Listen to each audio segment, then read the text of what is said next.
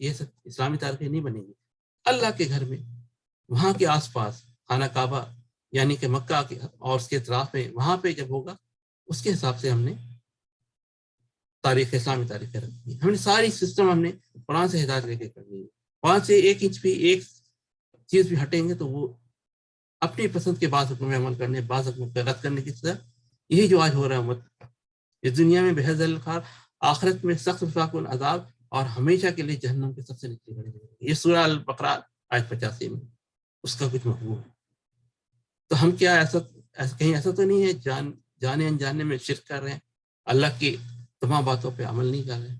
1.5 کی مسجد بنائی ہوئی، مسجد جس کے بارے میں فائدہ کچھ صلاحی میں ذکر اللہ، یہ سورہ جمعہ میں ہے. اس کو آپ تفصیل سے آپ دیکھ لیں. وہاں پہ کیا ہے، جب جمعہ کے لیے بلایا جائے یعنی کہ اذان دی جائے تو حاضر ہو جاؤ. کس لیے؟ ذکر اللہ. تو مسجد جمعہ کے خطبہ مسجد کے ممبر پہ ہونا چاہیے، اور مسجد کے ممبر پہ کیا ہونا چاہیے؟ ذکر اللہ ہونا چاہیے. اور آج ہمارے مسجدوں میں دیکھیں، جمعہ کے خطبہ میں ذکر اللہ ہوتا ہے، یعنی کہ اللہ کا کلام قرآن پاک، اس میں سے آیت پڑھ کے بتائیں، اس کا ٹرانسلیشن بتائیں، اور آج اس کو ہم کیسے امپلیمنٹ کریں. شاید یہ کوئی اکا دکا مسجدیں ہیں، ہو رہی ہیں، مجھے پتا ہے اکا دکا کا، لیکن باقی جگہ دیکھ لیں کیا ہو رہا ہے. سنی باتیں. اس نے کہا ایک بروکن ٹیلی فون چل رہا ہے جو بچوں کا گیم میں لگاتے تھے، چھوٹے چھوٹے بچوں کا کان میں بولا، دوسرے طرف سے دوسرے کے کان میں بولا، اور اس طرح سے جب واپس ملاتے تھے کہ پہلے نے کیا کہا، دوسرے نے کیا کہا، کہاں سے بات کچھ کی کچھ ہو جاتی تھی. نہیں، ہمیں واپس قرآن کا ہمارا ویژن ہونا چاہیے. دنیا جس نے ایک جان بچائی اس سے ساری دنیا بچائے. ہمیں 21 سینچری اور بیونڈ کے لیے سوچنا ہے، دکھی انسانیت کے لیے سوچنا ہے، تمام جہاں والوں کے لیے سوچنا ہے. مسلم ایز اے مرسی دنیا میں بھیجے گئے تھے، تمام دنیا جہانوں کے لیے، صرف مسلمانوں کے لیے نہیں. ہمارا مشن ہونا چاہیے زندگی میں ایسا کام کرتے ہیں دنیا ہمیں دعائیں دے، گالیاں نہیں. ہم نے ہیومینٹی انسان کیسے بچانی ہے، اور ہم نے heavenly earth kingdom of heaven کیسے بنانا ہے، سبوں کے لیے، صرف مسلمان کے لیے نہیں، تمام جہاں کے انسانوں کے لیے. ہمارا مشن، ہماری ڈائریکشن ڈفرینٹ ہونی چاہیے. ہمیں گلوبل اسٹیٹس آف پیس پوری دنیا جہاں کے لیے بتانا چاہیے. ہمارے خیالات یہ ہونے چاہیے. اگر پوری دنیا نہ ملے تو ہم نے کہاں سے شروع کرنا؟ کم از کم اپنی امت کو اسٹیپ بائی اسٹیپ بنائیں. گلوبل گریٹر پاکستان میں ایک ہے، اس کے بعد پھر ہم کہیں گے ورچوئل گولڈ کرنسی ہے. لینگویج پھر جب ہم پورے امت کی بات کریں گے تو قرآنک لینگویج ہونی چاہیے. اور پھر اس کے بعد ہم نے گلوبل اسٹیٹ. اگر گلوبل اسٹیٹ ڈائریکٹ دنیا نہیں ملتی تو ہم نے دوسرے طریقے سے آنا. ایک طریقہ نہیں تو دوسرا طریقہ اللہ نے دیا ہوا ہے، لیکن وہ مل کے ہوگا، اکیلے نہیں ہوگا. ہمیں دکھی انسانیت کا درد رکھنا پڑے گا. صرف پاکستان میں لوگ نہیں تڑپ رہے، انڈیا میں بھی تڑپ رہے. ورلڈ کا بگیسٹ سلم انڈیا ہے، اس کا کوئی ذکر نہیں کرتا ہے. افریقن کنٹری میں، ایتھوپیا میں اور جگہ جگہ پہ کتنے قحط آتے ہوئے ہیں، ان کی خبریں ملتی ہیں. ساؤتھ امریکہ میں وہاں پہ بھی بہت. امریکہ کے اندر ہوملیس پیپل ہیں، tent cities, ghost towns, ghost cities. آپ گوگل میں سرچ کریں آپ کو مل جائے گا، یوٹیوب میں بھی مل جائے گا. اسی طرح ghost town, ghost cities in China کا. جب ان دو بڑے کنٹریز، طاقتور کنٹریز، پیسے والے کنٹریز، ان کے یہاں یہ حال ہے تو باقی دنیا. ہمیں پوری دنیا کا سوچنا ہے، اور پوری دنیا جب بچے گی تو اس میں میں بھی بچوں گا، آپ بھی بچیں گے، پوری دنیا بچے گی. سب کا بھلا ہوگا، سب کی بھلائی کے لیے. ہمارے ڈائریکشن اس طرف ہونی چاہیے. اور ہمیں یہ امت کے لیے یہ آرٹیکل جو پہلے میں نے بتایا تھا، تھوڑا سا ریپیٹ کر دوں کہ یہ اس میں ہے، اس میں بھی انشاءاللہ اور بھی کام کرنا ہے. اور گلوبلائزیشن پوری دنیا کیسے صحیح کرنی، اس کے اوپر آرٹیکل ہے. فی الحال یہ انگلش میں ویڈیو بنائی ہوئی، بعد میں کوشش کروں گا کچھ تھوڑے سے کیا میں کچھ اردو میں اپنے اردو بولنے والوں کو ان کو بھی سمجھ میں آتا. تو اب تک کے لیے اتنا ہے. اب ہم نے سب مل کے کام کرنا ہے، اور آواز کو زیادہ سے زیادہ پھیلانا ہے، دعوت تبلیغ کرنی ہے۔ اگر آپ کے محلے میں کی مسجد میں یا آپ کے کہیں ایسے امام نہیں ہیں جو آپ کو قرآن سے بتائیں، تو دوسرے امام کو لے آئیں، ان کو یہ کر دیں، یا اپنے ہی اندر کسی 1 2 یا 3 یعنی بیک اپ پلان بھی ہونا چاہیے۔ فرض کریں کسی امام کی طبیعت خراب ہو جائے تو دوسرا امام الٹرنیٹ، تیسرا وہ وہاں پہ موجود ہو، وہ قرآن سے ہدایت۔ تمہیں ایسے کچھ لوگ ہونے چاہیے جو نیکی کی طرف بلائیں۔ دعوت تبلیغ کیسے ہے قرآن میں ذکر اس کا۔ کچھ لوگ کو تو بھیجے نا، ان کو ٹریننگ تو دینا پہلے، ان کے لیے تھوڑے پیسے بھی خرچ ہو سکتے ہیں، لیکن ہونا چاہیے قرآن سے۔ ایسا کو دیا ذکر اللہ، سورہ جمعہ میں ہے، ذکر اللہ بیان کرنے کا ہے، مسجد کے ممبر جمعہ کے اذان کے لیے، جمعہ کے لیے بلایا جائے، اذان دی جائے، تو ہمیں اس کے لیے ٹریننگ بھی دینی پڑے گی اپنے ہی لوگوں کو، اپنے ہی سے، اپنا محلہ، اپنے محلے کی مسجد، اپنے شہر کا، اپنے گاؤں کا، پھر آپ کا محلہ صحیح ہو گیا، دوسروں کو بھی اس کو دعوت تبلیغ کریں، بتائیں، بتانا پڑے گا ہمیں۔ اللہ نے کہا ہے تم بتا دو، باقی کام اللہ کا ہے، لیکن ڈنڈے سے نہیں، پیار سے، محبت سے۔ میری دعا ہے اللہ تعالیٰ ہم سب کو قرآن سمجھ کر پڑھنے، اس پہ عمل کرنے اور اس کا پیارا پیغام اور تک پہنچانے کی توفیق عطا فرمائے۔ آمین۔ السلام علیکم۔